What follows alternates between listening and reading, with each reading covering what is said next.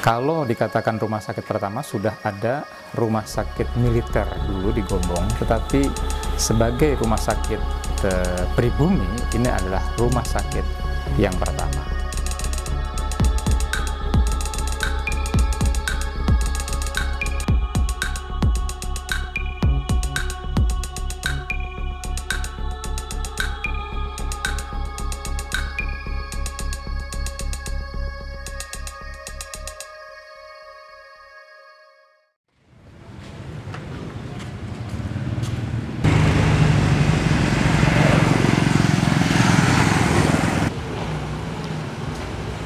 Sebelum 1936, Karanganyar berdiri sendiri sebagai sebuah kabupaten sebelum digabung dengan Kebumen.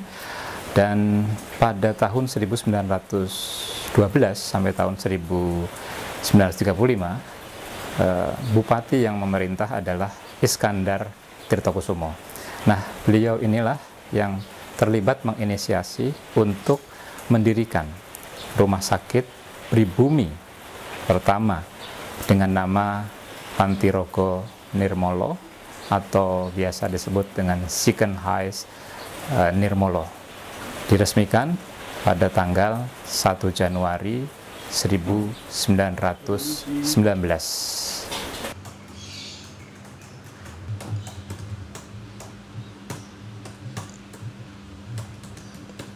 Setelah didirikan 1 Januari 1919, dilanjutkan dengan peletakan batu pertama tahun 1922 dan diresmikan dan difungsikan pada November 1924.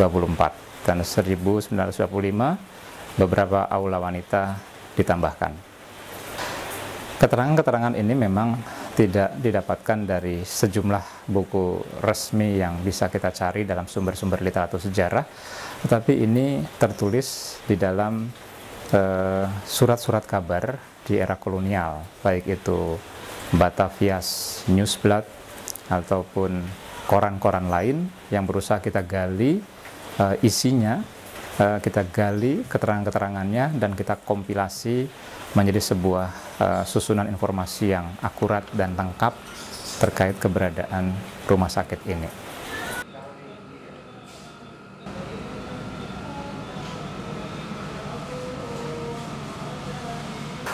Kalau dikatakan rumah sakit pertama, sudah ada rumah sakit militer dulu di Gombong, tetapi sebagai rumah sakit pribumi, ini adalah rumah sakit yang pertama.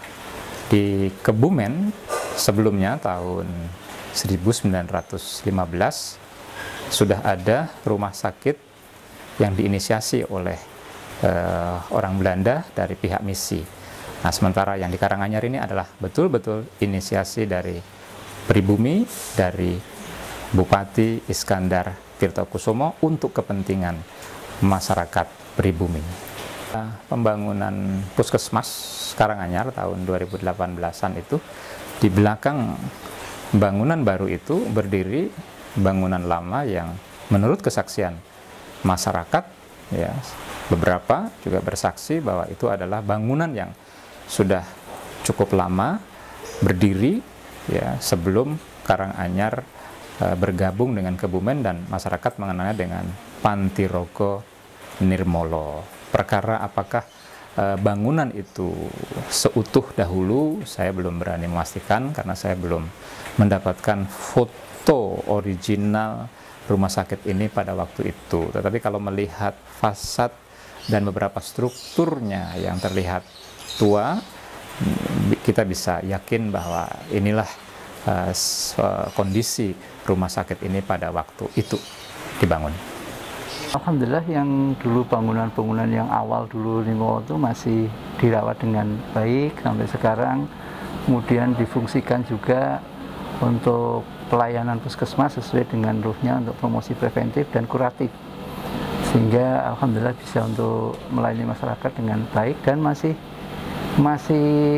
katakanlah masih awet gitu. Awet artinya kalau dulu tuh bahasa bangunan itu pakainya satu bata, kalau sekarang kan bangunan setengah bata. Dulu itu satu bata, sehingga ketika kita bisa merawat dengan baik, alhamdulillah bisa dimanfaatkan dengan baik. 4 lokal, 4 dari gedung utama yang sekarang difungsikan untuk kantor-kantor TU, kemudian untuk pelayanan yang menghadap ke depan, untuk KIA, untuk pelayanan jiwa, untuk nafsa juga, kemudian untuk imunisasi juga.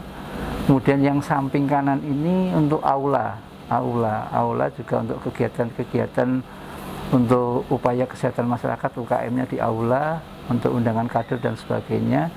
Kemudian di sisi sebelah kiri itu masih dimanfaatkan untuk rawat inap dan juga untuk sarpras, sarana prasarana yang sebelah kiri. Kemudian yang di belakang itu untuk difungsikan untuk rawat inap. Ada beberapa kamar di sana, kemudian ada juga dapur yang gandeng dengan rawat inap. Itu yang masih bisa difungsikan.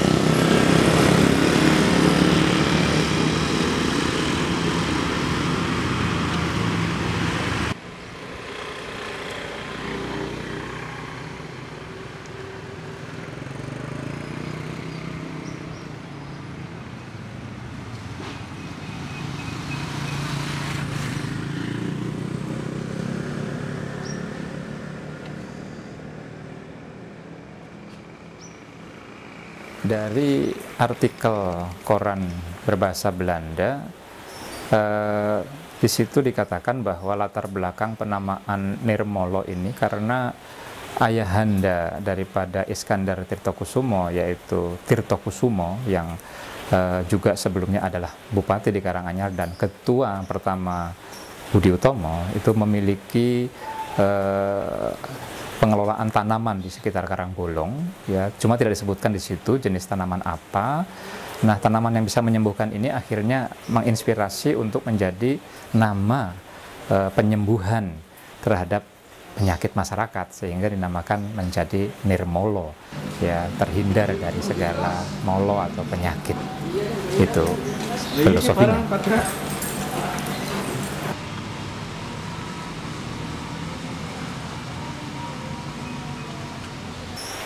Yang informasi saya baca dari sebuah berita koran dengan judul Het Inlandse Ziekenhuis Nirmala Karanganyar yang dimuat oleh Batavias Nieuwsblad 10 Juli 1925. Di sana ada informasi yang cukup lengkap, salah satunya adalah biaya pembangunan rumah sakit ini yang mencapai 90.000 florin, di mana pemerintah juga ikut berkontribusi memberikan sumbangan sekitar 45.950 florin. Oktober 1935, pada waktu itu ada pembukaan sebuah badan yang mengurusi orang-orang miskin, namanya ASIB, ya, singkatan dari Algemeen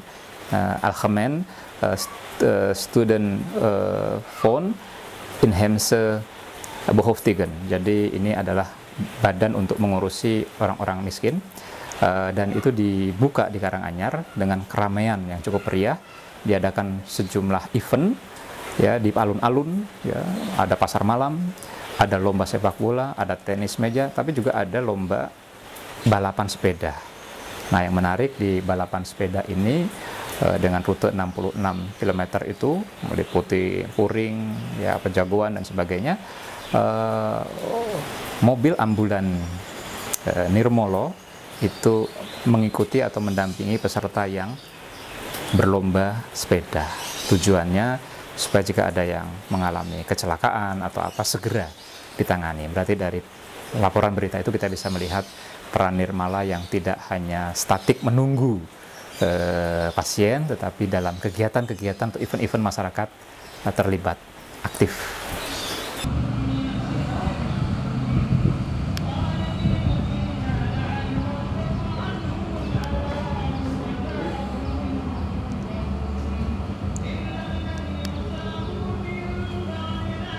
Jadi keberadaan rumah sakit ini punya makna bagi saya sebagai monumen historis tentang kemandirian pengelolaan kesehatan oleh pribumi, dan yang kedua adalah sebagai kepedulian terhadap kesehatan masyarakat pribumi.